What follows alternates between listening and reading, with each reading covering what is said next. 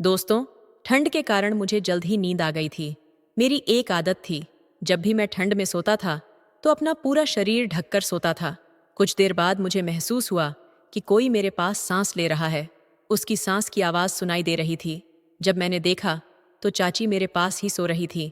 उन्हें लगा कि मैं चाचा हूँ और वह मुझे चाचा कह रही थी, क्योंकि एक तो मैं उसके कमरे में सो रहा था और दूसरी बात, मैंने पूरा कंबल ओढ़ रखा था। चाची कहने लगी, तुम बड़े दिन के बाद आए हो। क्या तुम्हें पता है मैं तुम्हें कितना याद करती हूँ? कई रातों तक मुझे नींद नहीं आती, और यदि आप आते हैं तो तुम्हारा ध्यान मेरी ओर नहीं है। और उसके हाथ मेरे उस चीज तक पहुंच गए थे। मैं सब कुछ जानता था, फिर भी मैं सोने का नाटक कर रहा था, क्योंकि आज मुझे बहुत अच्छा महसूस हो रहा था और उस हाथ का स्पर्श मुझे स्वर्ग में ले जा रहा था। लेकिन आधे घंटे बाद चाचा घर आए। हेलो दोस्तों, मैं अपने चाचा चाची के साथ रह रहा था। सबसे पहले मेरे चाचा की शादी हुई थी, लेकिन उनकी पहली पत्नी के निधन के बाद उन्होंने दूसरी शादी कर ली। चाची का बेटा हॉस्टल में रहता था। चाचा की दूसरी पत्नी बहुत अच्छी और सुंदर थी, लेकिन मेरे मन में उसके बारे में कोई गलत विचार नहीं थे। और मेरे चाचा के साथ रहने का कारण यह था कि मेरे चाचा का एक बार एक्सीडेंट हो गया था, इसलिए उन्हें अस्पताल ले जाने या कई अन्य काम करने के लिए किसी की ज़रूरत थी। क्योंकि मेरी चाची अकेली था, इसलिए मेरे चाचा ने मेरी मदद करने के लिए मुझे घर बुलाया था। उनके साथ रहते हुए चाचा जी कुछ ही दिनों में पूर्णतः स्वस्थ हो गए और वह वापस काम पर चले गए। अब मेरा सारा काम बंद हो गया था, इसलिए मुझे अब जाना पड़ा। मौसी से कहा, मैं एक सप्ताह बाद आऊँगा। तब मैं अपने घर चला गया और अगला परीक्षा फॉर्म भर दिया। उसके बाद मैं वापस अपने चाचा के पास आ गया। मेरे चाचा को काम पर गए हुए 2 दिन हो गए थे। मैं इस साल की परीक्षा में फेल हो गया। मुझे बहुत दवक हो रहा था, इसलिए मैंने पढ़ना शुरू किया और लाइब्रेरी में जाकर पढ़ना शुरू किया। एक बार ऐसा हुआ, मेरी लाइब्रेरी की लाइट चली गई तो मुझे बहुत गर्म हो रहा था, इसलिए मैं घर आया। जब मैं घर आया तो देखा कि मौसी का दरवाज़ा बंद है। अंकल बाहर काम पर थे, तो मुझे थोड़ा शक हुआ। चाची के कमरे से एक अलग सी आवाज़ आ रही थी।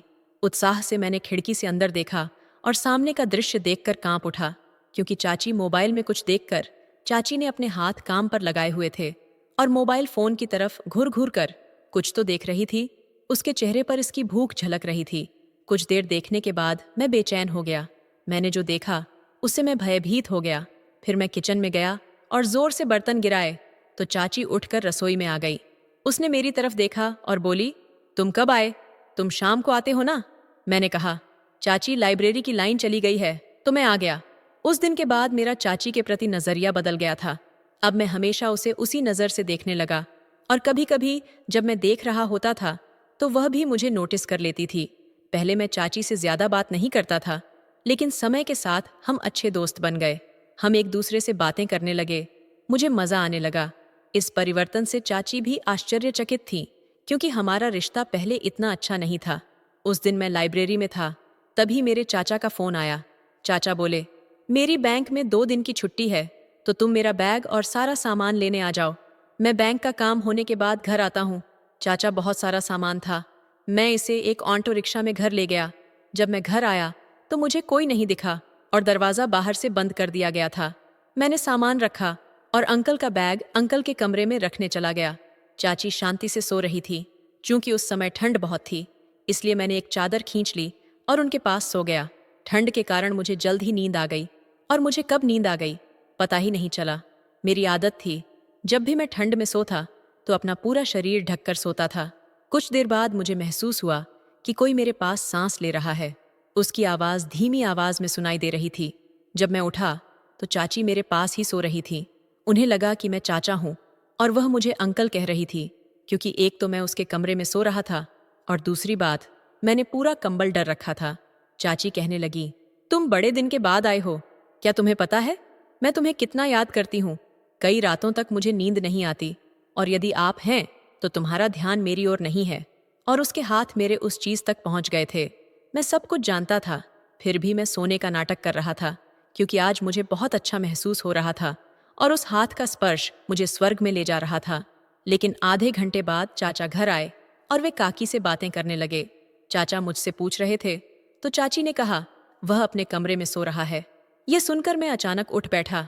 रात का समय था और हम खाना खा चुके थे। मैं टीवी के सामने बैठा था, जबकि अंकल अपने कमरे में सोने चले गए थे और चाची रसोई में कुछ काम निपटा रही थीं। थोड़ी देर बाद जब चाची का काम खत्म हो गया तो वह मेरे पास आकर बैठ गई। कुछ पल तक वह चुपचाप बैठी रहीं, फिर अचानक बोली, तुम्हारी तबीयत ठीक है ना? मैंने उनकी तरफ देखकर कहा, हाँ, मैं बिल्कुल ठीक हूँ। लेकिन आप ऐसा क्यों पूछ रही हैं? चाची ने धीरे से जवाब दिया, आज तुम मेरे कमरे में सो रहे थे, इसलिए पूछ रही हूँ। उनकी बात सुनकर मुझे महसूस हुआ कि वह कुछ जानना चाह रही थीं। मैंने जवाब दिया, मुझे अंकल ने सामान लाने के लिए कहा था, तो मैं ले आया और उनका बैग कमरे में रखकर वहीं सो गया। कब नींद आ गई मुझे पता ही नहीं चला। चाची ने गहरी सांस ली और कहा, जब मैं कमरे में आई थी तब तुम गहरी नींद में थे। मैंने उनकी तरफ देखा और बोला, शुरुआत में मैं सो रहा था, लेकिन जब आप आईं तो मेरी नींद खुल गई। यह सुनते ही उन्होंने घबराकर मेरी तरफ देखा और कहा, मैं तो आई थी लेकिन तुम नहीं उठे, इसलिए मैं तुरंत चली गई। मैंने उनकी ओर देखते हुए कहा, आप जो भी कह रही हैं और उस वक्त जो भी हुआ वह सब मुझे याद है। यह सुनकर चाची कुछ पल के लिए खामोश हो गईं, जैसे उन्हें समझ नहीं आ रहा हो कि क्या बोलें। मैंने आगे कहा, मैं गहरी नींद में था, लेकिन जब आपने मेरे कंधे को छुआ तो मुझे ऐसा लगा जैसे कोई अजीब सी अनुभूति हो रही हो। उस पल ऐसा लगा मानो मैं किसी सपने से जाग गया हूँ। उन्होंने मेरी ओर देखा और धीमी आवाज में कहा, अगर तुम जाग गए थे तो तुमने मुझे बताया क्यों नहीं? मैंने उनकी आंखों में देखकर जवाब दिया, आपका वह स्पर्श तब तक महसूस होता रहा जब तक मैं पूरी तरह जाग नहीं गया। मैं इसलिए लेटा रहा कि कहीं आपको बुरा न लगे। और उस दिन जब आप कमरे में मोबाइल देख रही थीं, वह सब भी मैंने देखा था। यह सुनते ही वह कांपने लगीं। उनकी आंखों में आंसू आ गए। उन्होंने बेहद धीमी आवाज में कहा, तुम्हें सब पता चल गया है। तुम्हारे अंकल 5-6 दिनों तक घर नहीं आ रहे हैं। तब तक मैं कुछ नहीं कर सकती। आज जो हुआ वह बहुत गलत हुआ। मैंने उनकी ओर देखते हुए कहा, काश मैं आपकी मदद कर पाता। यह सुनकर उन्होंने मेरी ओर अजीब निगाहों से देखा और बोली, अब जब तुम्हें सब पता चल गया है तो तुम्हें ही मेरे लिए कुछ करना होगा। मैंने उत्सुकता से पूछा, कब? उन्होंने हल्की मुस्कान दी और कहा, अभी नहीं। बाद में उनकी आवाज में एक अजीब सी जिज्ञासा और रहस्य था। अगर आप जानना चाहते हैं कि इसके आगे क्या हुआ तो हमारे चैनल को सब्सक्राइब करना न भूलें। धन्यवाद।